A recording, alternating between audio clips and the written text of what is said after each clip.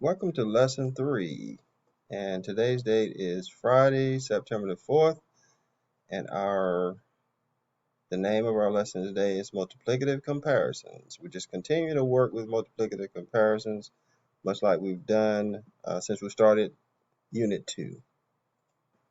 Our I can statement: I can solve multiplicative comparisons using visual models and write an equation to represent each scenario. Our essential questions: how can patterns within the number system help solve problems? How are numbers related to each other? What is multiplicative comparison?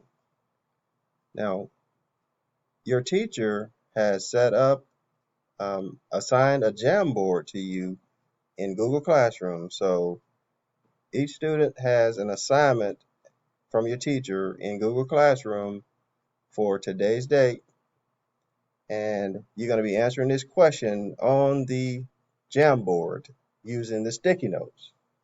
Okay. So when you use a sticky note, you're going to be actually answering this question: what is multiplicative comparisons? Keeping in mind all the things that we've talked about this week, that multiplicative comparisons use multiplication or division to compare two or more amounts. And some of the phrases that you might see: times as many, more or less.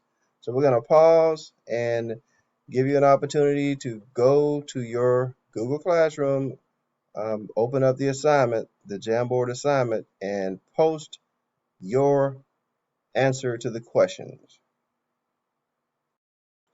So if your responses on the Jamboard includes anything such as comparing things that need multiplication, the phrases times as many, times more, times as much, times as large. So if your responses included anything such as those, then you are correct. So our next slide is going to be independent work, and this is located on page 43 in your math binder. So go ahead on and turn to page number 43 in your math binder. We're going to be working on that. Now this assignment, this page has actually been assigned to you on Google Classroom. So we're going to work on at least the first one together, and then you're going to have some time today to work on the remaining ones live while we're on our live chat here. And once you are finished, you are going to follow our steps that we've been practicing in taking a picture of your work and uploading it to the assignment and um, adding it to the assignment. And after you've done that, you are going to complete the assignment. Okay, so I'm going to pause for a minute and give you an opportunity to go on and find this page, page 43. Okay, so we're going to go on and work on problem number 1 together, the donut shop. It says, show your thinking using models, equations, or words. Show your thinking using models, equations, or words. And I'm going to go ahead and change my color. So what I first want to do is read number 1. At the party, Emily ate 2 donuts. Lucas ate 4 times as many donuts as Emily. How many donuts did they eat together? So I'm going to go on and circle the key numbers in here. So you got 2 donuts for Emily. For Lucas, 4 times as many. And our question, we are going to underline it. Okay. So now we can start answering our question here. So what we have is Emily, she ate 2 donuts. Lucas ate 4 times as many. So Lucas, he ate 4 times as many as this.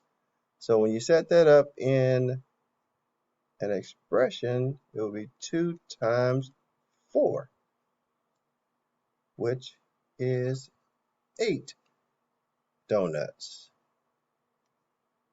So Emily ate 2 donuts. Lucas ate 8.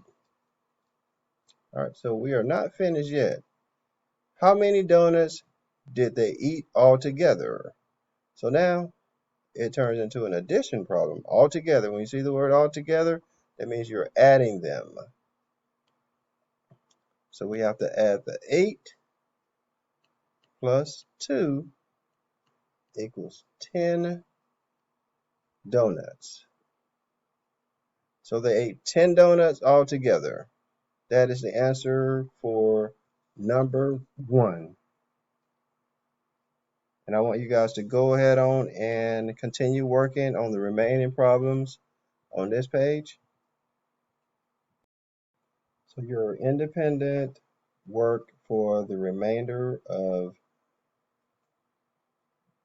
today would be completing, finishing up on page number 43. And for Dreambox, remember the goal was for you to complete at least 5 lessons. 5 lessons. So if you have not done at least 5, you're also going to work to complete that. So page 43 and Dreambox.